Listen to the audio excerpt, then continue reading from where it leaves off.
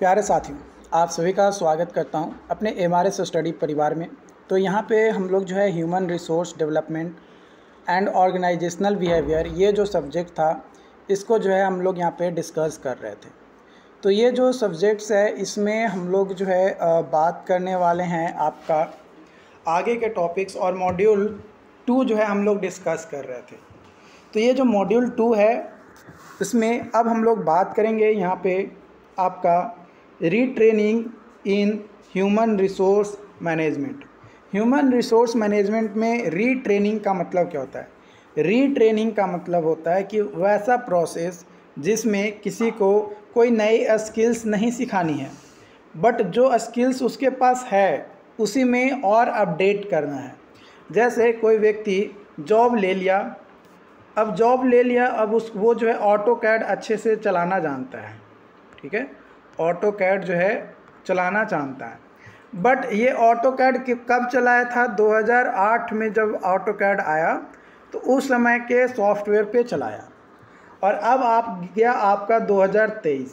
तो जो 2023 का सॉफ्टवेयर है उस पर अगर वो ऑटो कैड चलाएगा तो उसको क्या होगा? प्रॉब्लम होगा। उसमें कई सारे पॉइंट्स होंगे, कई सारे टर्म्स होंगे जो 2008 में सीखा है उसको उतना अच्छा से समझ में नहीं आएगा। तो जब उसको समझ में नहीं आएगा तो उसी चीज़ को ट्रेन करने के लिए, यानी जो 2008 में सीखा उसको अपडेट करने के लिए 2023 में फिर से सिखाया गया, तो उसी को जो है रीट्रेनिंग कहा जाता है। इसी को क्या कहा जाता है? रीट्रेनिंग किया जाता है। सिंपल वर्ड में अगर बात किया जाए तो रीट्रेनिंग कोई ज़्यादा बड़ी बात नहीं है। ये बस यही है कि जो भी आप स्किल्स सीखे हैं उस स्किल्स को और स्मूथ करने के लिए, उसमें और बेटर करने के लिए आपको जो है सिखाया जा रहा है, ठीक है। बात किया जाए आपका when should you retain an employee, कब किसी एम्प्लॉय को रीट्रेनिंग की ज़रूरत पड़ती है या रीट्रेन करने की ज़रूरत पड़ती है। When an employee is evaluated as not qualified for a skill or knowledge as decided by the assessment of employee answer in the training questionnaire, retraining is required। होता क्या है कि कंपनी में आपको क्या होते हैं? फीडबैक लिए जाते हैं। क्या लिए जाते हैं? फीडबैक लिए जाते हैं। ये जो फीडबैक लिए जाते हैं इसके बेसिस पे ही चेक किया जाता है कि कौन सा एम्प्लॉय अच्छा काम कर रहा है, कौन सा एम्प्लॉय अच्छे से काम नहीं कर रहा है। तो जो एम्प्लॉय अच्छे से काम कर रहा है उसको प्रमोशन दिए जाते हैं, उसको गिफ्ट्स दिए जाते हैं, उसको जो है आपका मोटिवेट किया जाता है। लेकिन देखते हैं कई बार कि ये कोई स्किल सीखा लेकिन उस स्किल्स का वो बेहतर यूटिलाइजेशन नहीं कर रहा है, तो उस कंडीशन में उसको नॉट क्वालिफाइड माना जाता है। ऑर्गेनाइजेशन में वो तो काम कर रहा है, ऐसा नहीं है कि उसको भगा दिया जाएगा, वो काम कर रहा है, लेकिन हो सकता है कि उसका परफॉर्मेंस बहुत स्लो हो, बहुत कम हो। तो इन चीज़ों को देखते हुए उसको जो है रीट्रेनिंग दिया जाता है ताकि फिर से वो ट्रेन हो और उस चीज़ पे वो क्या कर सके? काम कर सके, ठीक है। तो रीट्रेनिंग प्रोग्राम जो है ये ऑर्गेनाइजेशन में अलग अलग तरीके से किए जाते हैं और अलग अलग पीरियड में किए जाते हैं। लेकिन मेनली मैक्सिमम जितने भी ऑर्गेनाइजेशन है, एक जो कॉमन ऑर्गेनाइजेशंस होते हैं उसमें एनुअली रीट्रेनिंग का जो है प्रोग्राम लाया जाता है। इससे होता क्या है कि एक साल में अगर कोई स्किल सीखा लेकिन उसका ज़्यादा यूटिलाइजेशन नहीं कर पाए, लेकिन आने वाले समय में उसका यूटिलाइजेशन होने लगा एक साल बीतने के बाद, तो उसको जो है रीट्रेनिंग देना पड़ता है। क्यों ज़रूरी है भाई रीट्रेनिंग? तो वही स्किल्स को जो है और निखारने के लिए जो है आपका दिया जाता है, ताकि जो प्रॉफिटेबल हो और जो टेक्नोलॉजी चेंज हो रहे हैं उस टेक्नोलॉजी के साथ वो क्या कर सके? वर्क कर सके, काम कर सके। इसलिए इसका बेनिफिट यही है कि आपका जो भी इंडिविजुअल्स व्यक्ति है उसका कंपनी को लेकर जो प्रोग्राम चलाए जाते हैं रीट्रेनिंग का, उसमें वो सीखता है और कंपनी को ज़्यादा प्रॉफिट देता है, और उसे भी अच्छा लगता है जब वो स्किल्स को सीखता है और उसको एक्सपीरियंस होता है। तो दूसरा जो है क्वालिटेटिव प्रोडक्ट्स और सर्विसेज में भी जो है एक क्वालिटी जो है इम्प्रूव होता है। साथ ही साथ जो सेफ्टी होती है ना, वो भी रिड्यूस हो, मतलब अगर आप अच्छे से काम कीजिएगा तो मिस्टेक्स नहीं होंगे, और मिस्टेक्स नहीं होंगे तो सेफ्टी ज़्यादा अच्छा रहेगा, है ना। मतलब ज़्यादा सेफ्टी बरतने की ज़रूरत नहीं, क्योंकि आप ऑलरेडी सभी चीज़ें तो बना लिए हैं, आपका कोई गलत होगा नहीं, लैक ऑफ अंडरस्टैंडिंग की कमी होगी नहीं, तो आप अच्छे से काम कीजिएगा। तो यहाँ पे रिमूव सेफ्टी कंसर्न जो होता है उसको रिमूव किया जाता है। एम्प्लॉय का जो परफॉर्मेंस होते हैं वो इंक्रीज़ कर जाते हैं। कंपनी का जो प्रोडक्टिविटी होता है वो इंक्रीज़ कर जाता है। साथ ही साथ जो स्किल्ड लेबर होते हैं उसको एक जो उसकी वीकनेसेस होती हैं, जो बिग पॉइंट होती है, उस बिग पॉइंट को भी जो उसको टाइम मिलता है कि आप उसको क्या कर सकते हैं, सुधार कर सकते हैं। इसके अलावा जो एम्प्लॉय का जो मोरल्स होते हैं वो बेटर होते हैं, अच्छा होता है, और जो वर्किंग एनवायरनमेंट होता है वो भी बहुत अच्छा बन जाता है, क्योंकि हर लोग जो है ट्रेंड रहेंगे, अच्छे से काम करेंगे, तो ऑब्वियसली उसको जो है उसका वर्किंग एनवायरनमेंट अच्छा रहेगा। फिर उसके बाद आपका जो कैरियर प्रोस्पेक्ट होते हैं वो भी इंक्रीज़ हो जाते हैं। साथ ही साथ जो जॉब सेटिस्फैक्शंस होता है वो भी इंक्रीज़ करता है। कम्पिटिटिव जो एडवांटेजेस होते हैं वो उसको मेंटेन किया जाता है। एम्प्लॉय का जो लॉयल्टी होता है वो इम्प्रूव होता है।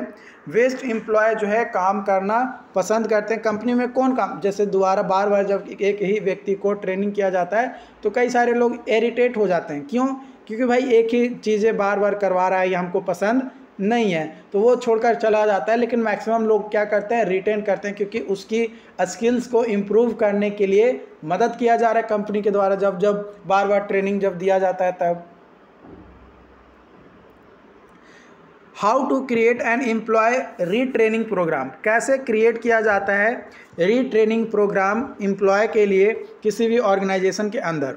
तो एम्प्लॉय रीट्रेनिंग प्रोग्राम जो है उसको करने के लिए सबसे पहले आइडेंटिफाई किया जाता है कि किस स्किल्स का रीट्रेनिंग हमें करवाना है ना। एक लिस्ट बनता है कि भाई हम लोगों को रीट्रेनिंग की पहले ज़रूरत क्या है, क्या किस उद्देश्य के कारण से हम रीट्रेनिंग अपने एम्प्लॉय को करवाना चाहते हैं, किस स्किल्स के लिए करवाना चाहते हैं, और उसकी एडवांटेज क्या होगी हमारी कंपनी के लिए, हमारे एम्प्लॉय के लिए।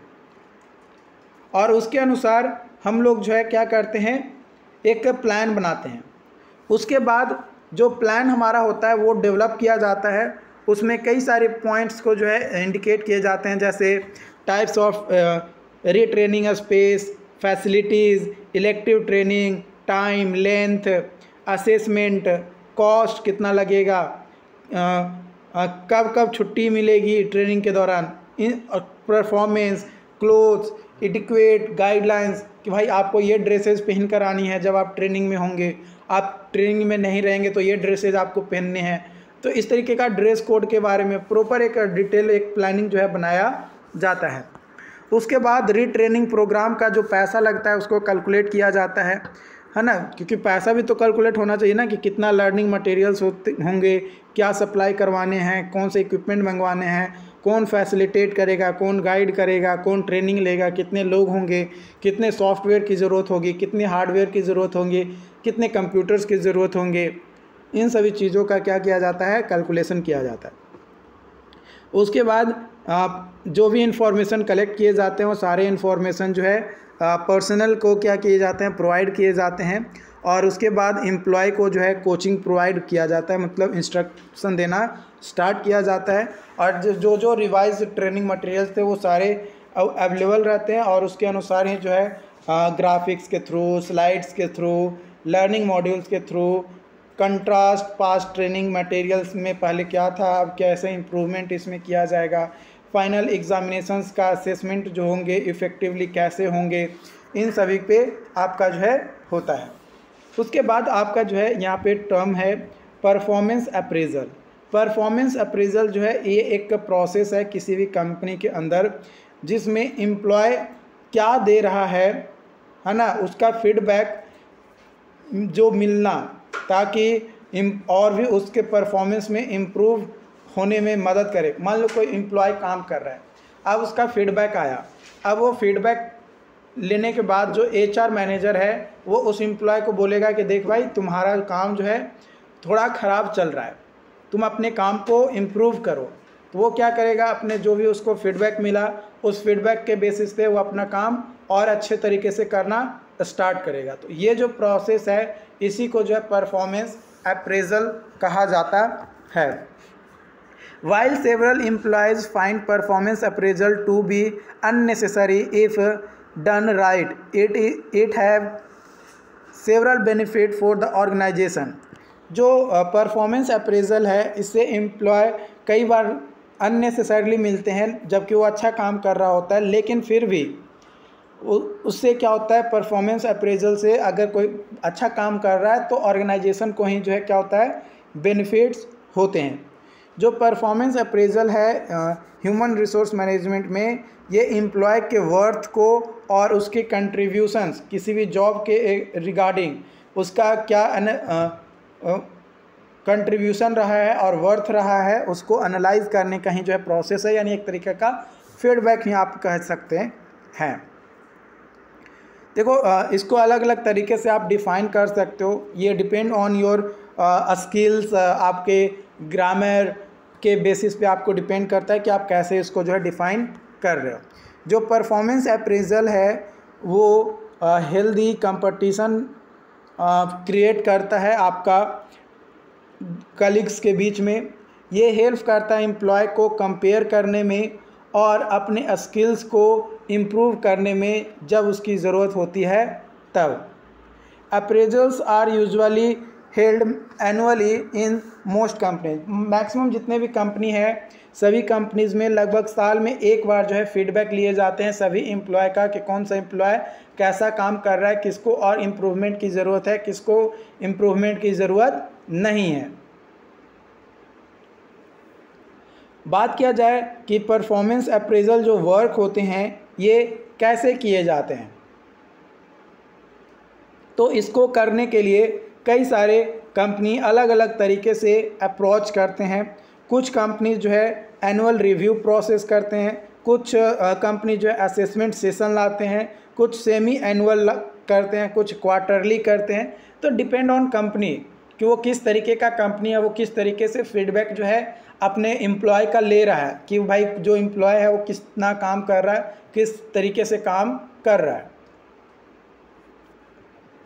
ओके, तो कुछ प्रोसेसेस हैं परफॉर्मेंस अप्रेजल के, जिसमें यहाँ पे प्रोसेसेस आपका दिया गया है। सबसे पहला है कि performance standards, setup measurable goals, किस क्या क्या सेट जो है हमें गोल प्राप्त करना। मान लो कि कोई एम्प्लॉय है तो उसका क्या क्या चेक करना है, क्या क्या मेज़र करने हैं वो पता होना चाहिए। उसके बाद कम्युनिकेट अबाउट परफॉर्मेंस के बारे में बात करना, एक्चुअल परफॉर्मेंस का मेज़र करना, डिस्कस करना अप्रेजल विद एम्प्लॉय और करेक्टिव एक्शंस लेना, और फाइनली जो फीडबैक आ गया ये। तो ये जो है प्रोसेस आपके होते हैं परफॉर्मेंस अप्रेजल के। मॉडर्न मेथड और टाइप्स ऑफ परफॉर्मेंस अप्रेजल की बात किया जाए तो इसमें सबसे पहला है ग्राफिक रेटिंग स्केल मेथड। ये जो ग्राफिक रेटिंग स्केल मेथड है, ये जो मेथड है ये बेस्ड है idea of the rating employee based on individual characteristics. एक इंडिविजुअल व्यक्ति के रेटिंग किया जाता है। मान लो कि 10 रेटिंग देना है, अब कोई एम्प्लॉय काम कर रहा है तो उसका जो है रेटिंग दिया जाता है कि 10 में से कितना, तो भाई 8 रेटिंग दिया जा रहा है। इसका मतलब क्या कि वो जो एम्प्लॉय है वो बहुत अच्छा काम कर रहा है तभी तो 10 में 8 उसको मिला। किसी को अगर 10 में 9 मिला तो वो और अच्छा काम कर रहा है, किसी को 10 में जो है मात्र 2 रेटिंग मिला है, 2 पॉइंट रेटिंग मिला है, यानी वो एम्प्लॉय बहुत घटिया काम कर रहा है, एकदम ख़राब काम कर रहा है। ठीक है, तो इस तरीके से एक स्केलिंग के बेसिस पे जो है दिए जाते हैं। इसके अलावा आता है रैंकिंग मेथड। रैंकिंग मेथड में क्या होता है, ये अपने नाम के बेसिस पे ही है।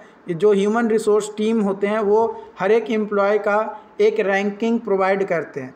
ये जो रैंकिंग होता है ये ह्यूमन रिसोर्स डिपार्टमेंट के द्वारा जो है डिसाइड किए जाते हैं, और ये जो मेथड्स है ये एम्प्लॉय को सेवरल तरीके से यूज किए जाते हैं। One of the this method is the paired comparison ranking style where as employee are compared in pair of two against each other.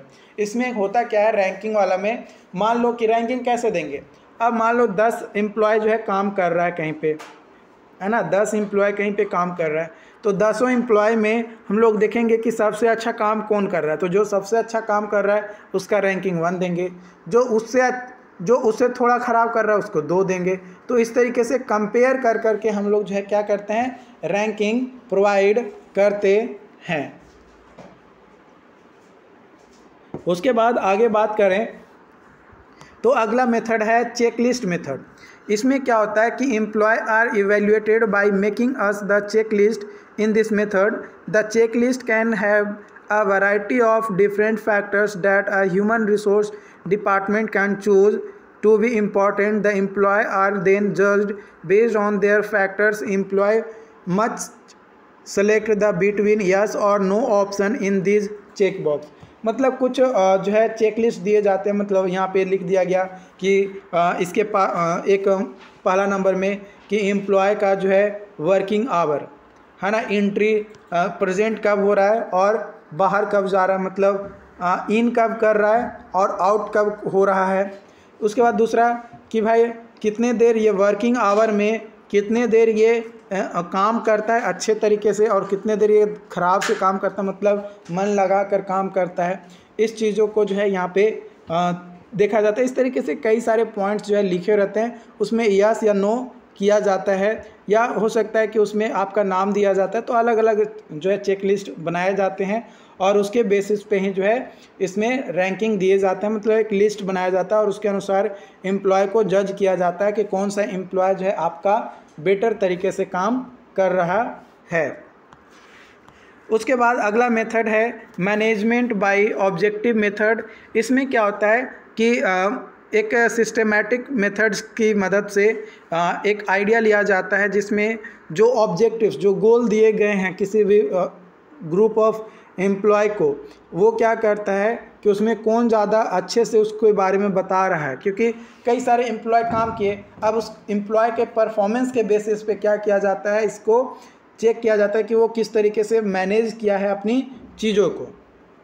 It helps the company to set benchmark and standard for growth. Growth के लिए एक benchmark set कर देना ताकि उसके अनुसार जो अच्छा काम करेगा उसको जो है इसको दिया जाता है। ये जो मेथड है, इस मेथड को हम लोग जो है बहुत ज़्यादा स्ट्रॉन्ग माना जाता है क्योंकि इसी को मेथड ऑफ इवैल्यूएशन के तौर पे लिया जाता है। उसके बाद आता है 360 डिग्री फीडबैक अप्रेजल। जो 360 डिग्री फीडबैक अप्रेजल है, ये आपका परफॉर्मेंस डिपेंड करता है ग्रुप परफॉर्मेंस के रिव्यू के ऊपर। कई सारे लोग जो है उसका रिव्यू करते हैं, जो भी डाटा कलेक्ट किए जाते हैं उसके बेसिस पे उसके कलीग से, उसके सीनियर से, उसके जूनियर से, तो इस तरीके से डाटा जो है रिव्यू कलेक्ट किए जाते हैं। जैसे आपको क्या है, मूवी देखने जाते हो, मूवी देखकर जब आप आते हो तो मान लो कि अगर आप वीडियो बनाते हो यूट्यूब पे, तो आप क्या देते हो, अपना रिव्यू देते हो ना, या आप रिव्यू देखते होगे। मान लो कि अगर आपको बुक परचेज करना है सॉइल मैकेनिक्स का बुक परचेज करना है, कई सारे राइटर्स होंगे सॉइल मैकेनिक्स के बुक के लिए।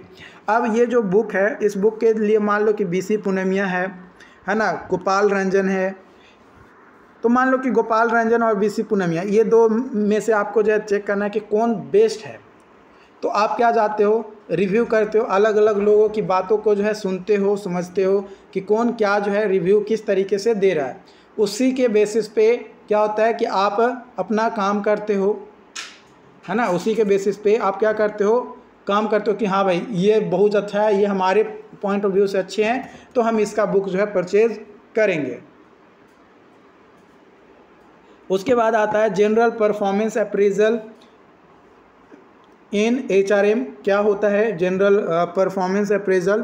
तो जो जनरल परफॉर्मेंस अप्रेजल है, ये मोस्ट कॉमन टाइप्स है परफॉर्मेंस अप्रेजल का। इसमें जो मैनेजर्स होते हैं ये एक गोल और एक टारगेट सेट करते हैं एम्प्लॉय के लिए, और उसको जो है एम्प्लॉय को बोलते हैं कि आपको भाई इसको अचीव करना है, चाहे जैसे आप करो ये आपकी मर्ज़ी, बट ये काम आपको जो है पूरा कर लेने हैं। तो इसी को जो है बोला जाता है जनरल परफॉर्मेंस अप्रेजल मेथड्स, या जो है परफॉर्मेंस आपका कहलाता है, मेथड भी आप इसको कह सकते हो।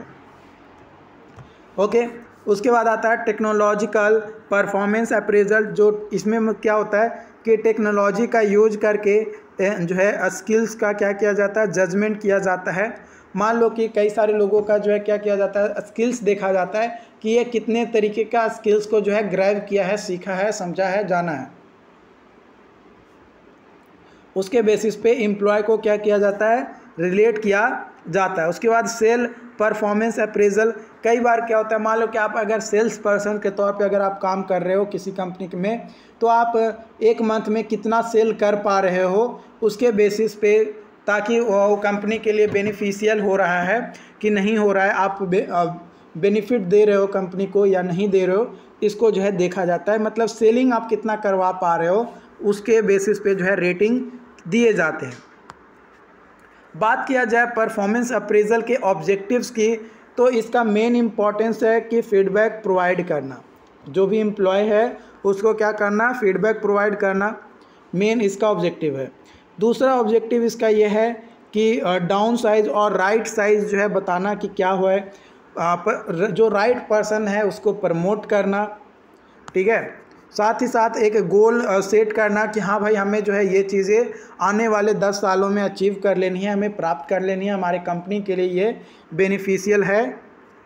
उसके बाद वर्किंग जो परफॉर्मेंस है उसको इम्प्रूव करने के लिए भी जो है किए जाते हैं ये फीडबैक। जो वर्किंग परफॉर्मेंस है ये आपका keep your eye on the deadline, improve project evolution skills, set goal as well as personal benchmarks. तो इस तरीके से जो है परफॉर्मेंस को क्या किए जाते हैं, इम्प्रूव किए जाते हैं।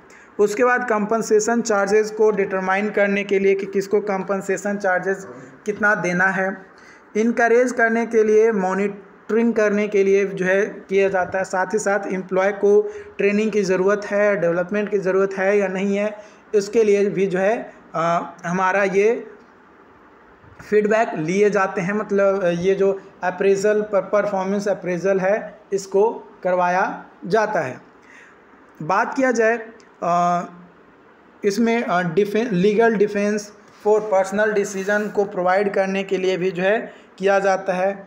ओके, ओवरऑल ऑर्गेनाइजेशंस के परफॉर्मेंस को इम्प्रूव करने के लिए जो है इसका किया जाता है। कैरेक्टरिस्टिक्स की बात किया जाए इफ़ेक्टिव परफॉर्मेंस अप्रेजल की, तो क्लियर ऑब्जेक्टिव्स जो है हमें पता चलता है, well defined performance criteria set किए जाते हैं एम्प्लॉय के लिए, एक्यूरेसी और लिएबिलिटी रिजल्ट जो है हमें यहाँ पे देखने को मिलता है, पोस्ट अप्रेजल इंटरव्यू जो है किए जाते हैं, टाइम की बचत होती है और कंटिन्यूअस जो है एक फीडबैक हमें मिल पाता है। साथ ही साथ किस मैटर पे हमें ज़्यादा फोकस रहना है वो भी जो है हमें पता चलता है। फिर हमें ये भी पता चलता है कि हमें किस गोल पे जो है काम करने हैं, उसी के बेसिस पे जो हम लोग अपना काम करना स्टार्ट करते हैं। एडवांटेज और डिसएडवांटेज के बारे में बात किया जाए परफॉर्मेंस अप्रेजल की, तो जो एडवांटेज होता है परफॉर्मेंस अप्रेजल का वो होता है कि find the true potential of employee, potential का अच्छा एम्प्लॉय का कौन सा पोटेंशियल अच्छा है किस एम्प्लॉय का वो पता लगाना, किस एम्प्लॉय को डेवलपमेंट के बाद प्रमोट करनी है ये पता लगाना, मोटिवेट करना एम्प्लॉय को ट्रेनिंग और डेवलपमेंट के लिए फोकस करना, एम्प्लॉय के इम्प्रूवमेंट के लिए प्रॉपर मैनेजमेंट रिलेशनशिप बनाना, और प्रमोशन और ट्रांसफ़र, मॉनिटरिंग फ्रॉम सुपीरियर, ये जो है आपके क्या है एडवांटेज है परफॉर्मेंस अप्रेजल के। डिसएडवांटेज के बारे में बात किया जाए तो पहला डिसएडवांटेज है कंज्यूमिंग प्रोसेस। इसमें क्या होता है, ये प्रोसेस जो है थोड़ा टाइम टेकिंग होता है, क्योंकि आपको फीडबैक लेने हैं, आपको जो है रेटिंग लेने हैं अलग अलग मेथड्स की मदद से, तो ये जो है थोड़ा टाइम टेकिंग होता है, बट इससे के बेनिफिट्स भी हैं। दूसरा डिसएडवांटेज होता है कि इसमें कई बार रेटिंग गलत भी मिल जाते हैं, जिसके कारण से पर्सन्स के साथ क्या होता है, बायस्ड हो जाता है, मतलब अनफेयर हो जाता है किसी एम्प्लॉय के साथ। हॉर्न एंड हैलो इफ़ेक्ट इसमें जो है देखने को मिलते हैं, कई बार किसी के साथ गलत हो जाता है और किसी के साथ सही आदमी है बट उसके साथ क्या हो जाता है, गलत काम हो जाते हैं, गलत परफॉर्मेंस उसका मिल जाता है। स्पाइल ओवर इफ़ेक्ट ये जो है ह्यूमन का बिहेवियर है। इसमें क्या होता है कि जो जजिंग किया जाता है एम्प्लॉय का परफॉर्मेंस का, जो कि पॉसिबल होता है सिंपल मार्किंग के साथ, इसमें कोई ज़्यादा एडवांस टेक्नोलॉजी जो है यूज नहीं किए जाते हैं। ओके, उसके बाद जो एटीट्यूड है उसका भी इवैल्यूएटर होता है। तो ये जो है आपके आई होप की समझ में आए होंगे डिसएडवांटेज। यहाँ पे जो है डिफिनेशन दिया गया परफॉर्मेंस अप्रेजल सिस्टम का।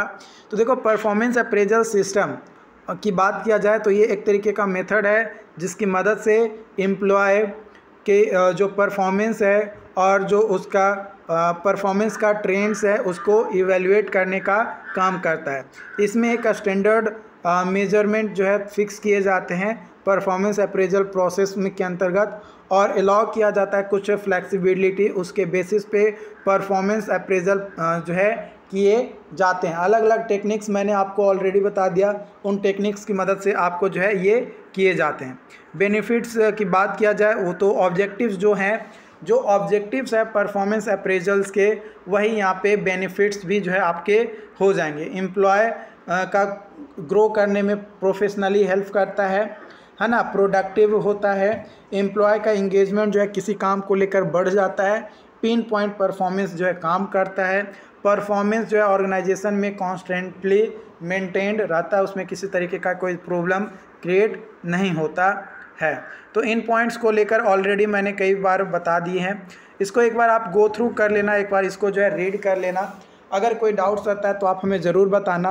बाकी मिलते हैं नई अपडेट्स के साथ। Thank you so much.